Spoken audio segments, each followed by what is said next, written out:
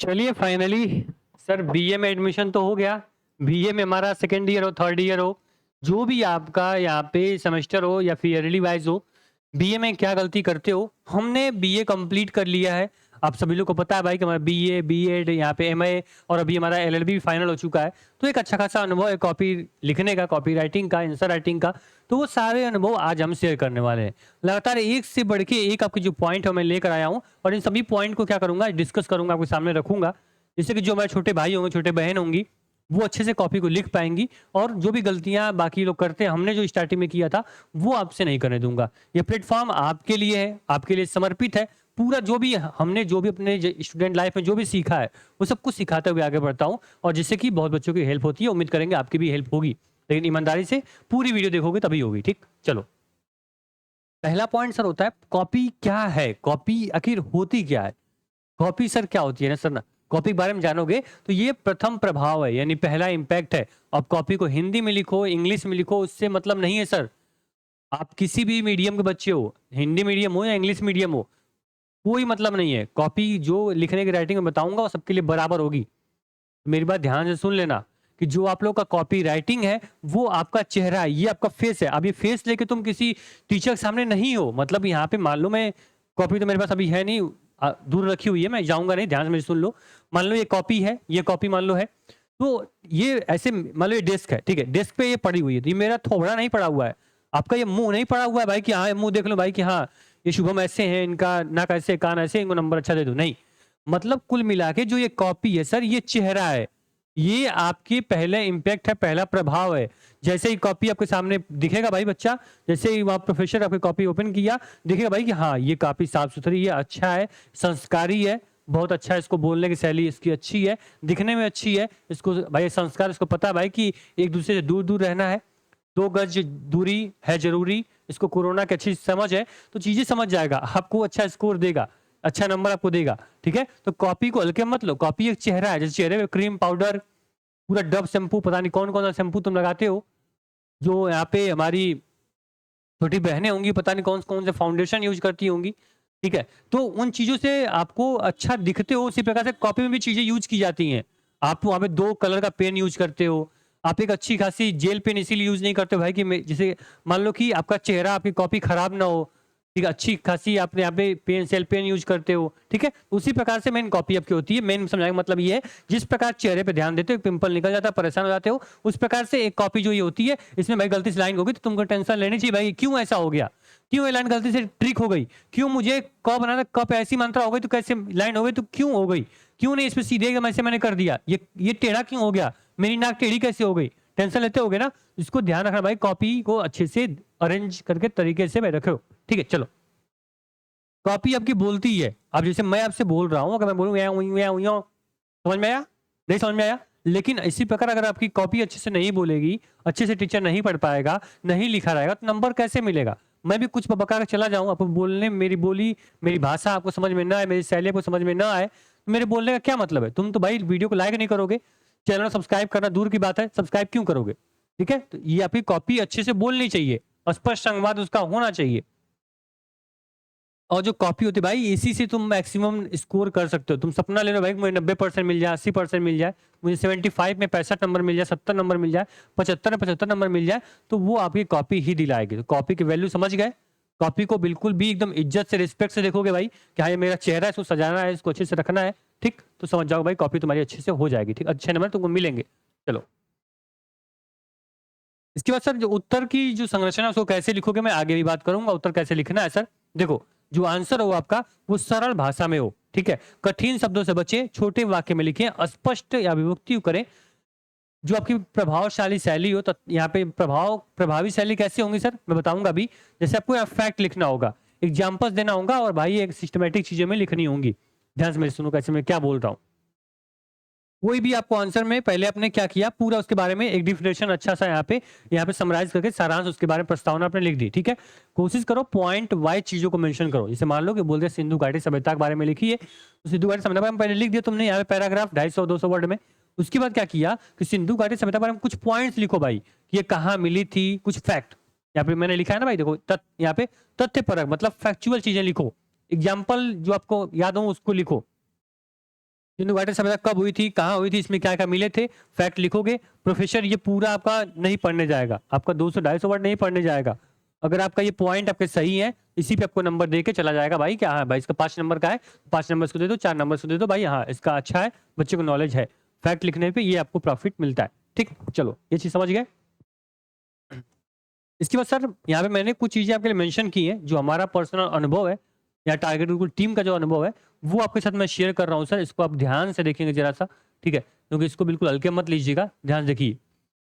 जो आपका समय है ना, मान लीजिए कि आपको 100% समय मिला है किसमें, कोई एक क्वेश्चन में, मान लो क्वेश्चन नंबर 1 है, इसको आपको सॉल्व करना है। तो क्वेश्चन नंबर 1 को कैसे डिवाइड करोगे पहले वो समझ लो। पहले आपको जो 25% आपका टाइम होगा उसको आप क्वेश्चन को पढ़ोगे। मान लो कि आपका यहाँ पे एक क्वेश्चन है, ठीक है, एक क्वेश्चन आपको मिला, मान लो 1 मिनट आपको टाइम मिला, तो 1 मिनट में आपको क्या करना है, 1 मिनट का आपको 25% आपको क्या करना है सर, प्रश्न को पढ़ना है। यानी कुछ सेकंड प्रश्न को पढ़ोगे, मैक्सिमम टाइम जो होगा वो लेखन कार्य में दोगे, यानी कि जो आपका आंसर राइटिंग है उसमें आप 70% दोगे। उसके बाद 5% उस क्वेश्चन को करेक्ट करने में दोगे भाई। हाँ, क्वेश्चन मान लो कि अगर इंग्लिश में लिख रहे हो तो मान लो ऐसे आपने इजी लिख दिया तो भाई लास्ट में भाई इसमें बिंदी भी होती है, इसको ध्यान रखना आपको।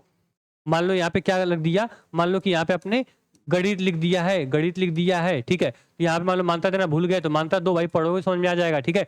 5% टाइम इसको संशोधन करने में दो, 70% आपको लिखने में, 5% पढ़ने में, 25% पढ़ने में, तो आपको चीजें हम क्लियर हो जाएंगी।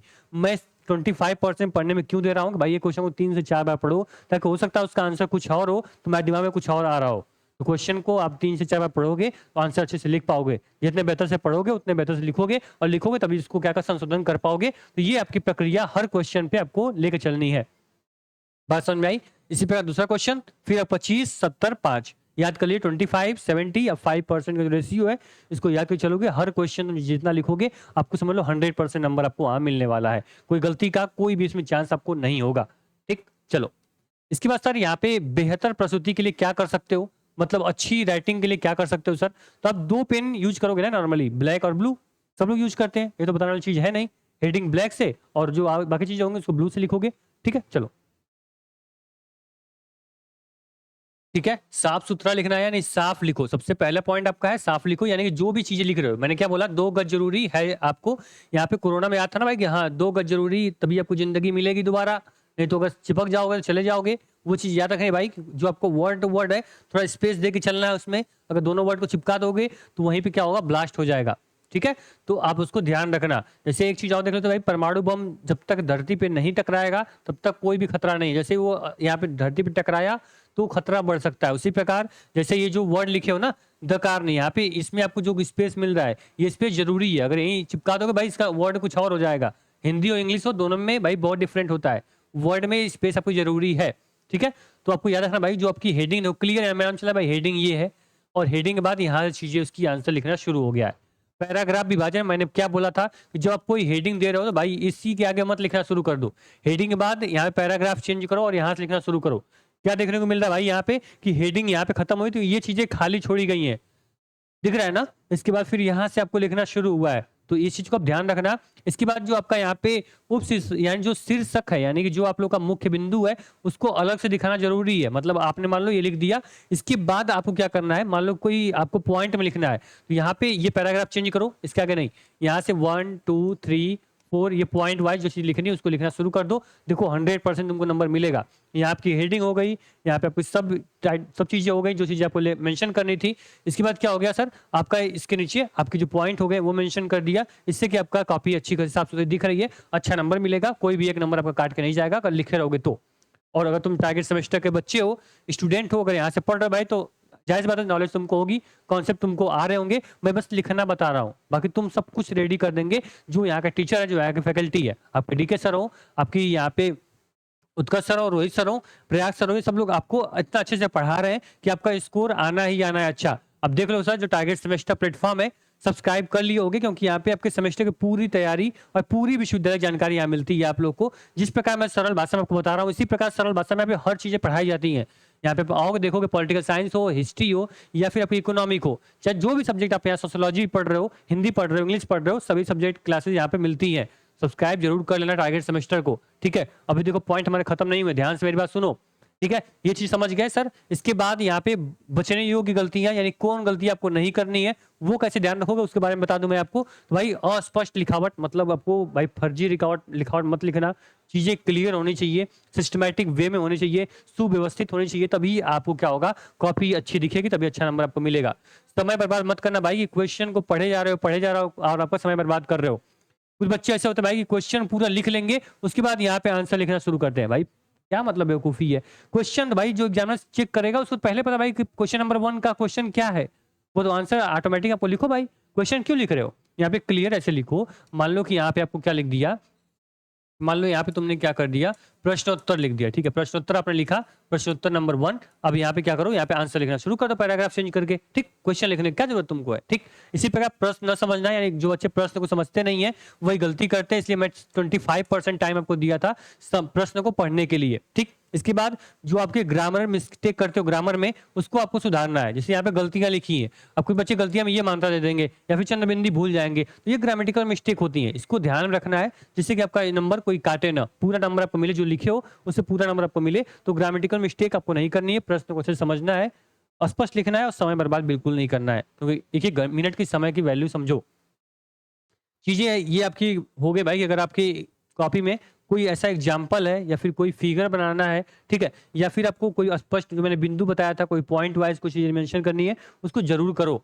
ये करोगे तो आपको और अच्छी कॉपी दिखेगी और अच्छा नंबर आपको मिलेगा। ठीक, इसके बाद सबसे इंपॉर्टेंट जो सेक्शन है ये आपको हम इंपॉर्टेंट कर देते हैं, क्योंकि सबसे मतलब शिद्दत से मैंने बनाया है, बहुत सोच समझ के इस पेज को, इस पीपीटी को मैंने मेंशन किया। देखो ध्यान से, परीक्षा से पहले करना क्या है, जो भी आवश्यक सामग्री है, जो सब आपकी कॉपी हो गई, जो आपके यहाँ पे पेन हो गए, जो भी आपकी स्केल्स हो गए, सब चीजें अपनी अच्छे से जो भी चीजें हैं वो रख लो, ताकि कोई टेंशन ना हो, एग्जाम हाल में बैठो कोई चीज ऐसी ना जो भूल गया हो, एडमिट कार्ड वगैरह सब कुछ आपके पास होने चाहिए। सेकेंड, परीक्षा के दौरान क्या करना है, शांत रहें, प्रश्न पत्र को पूरा पढ़ें, आसान प्रश्न पहले हल करें।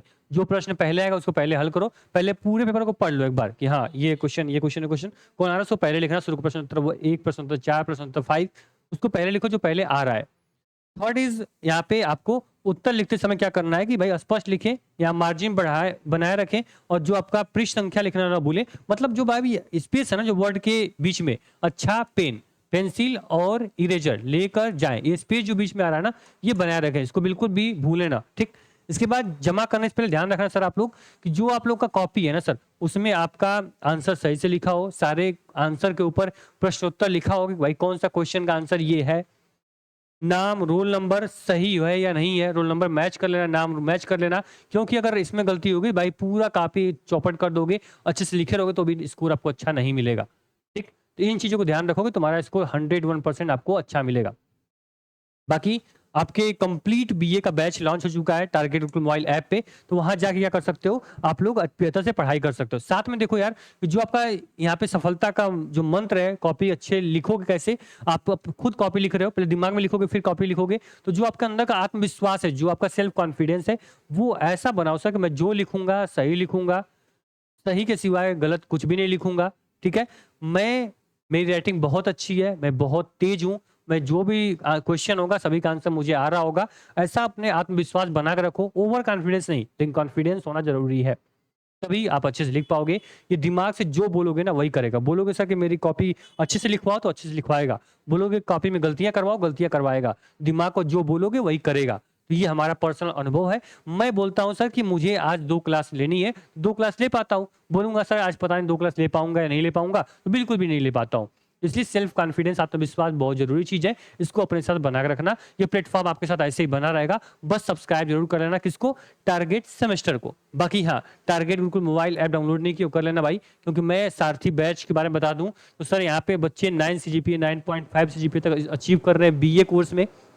तो अच्छे से पढ़े रहोगे, अच्छा स्कोर आपका आएगा, अच्छा रिजल्ट आएगा और बेहतर से बेहतर करके जाओगे अगर अच्छी नॉलेज होगी तो।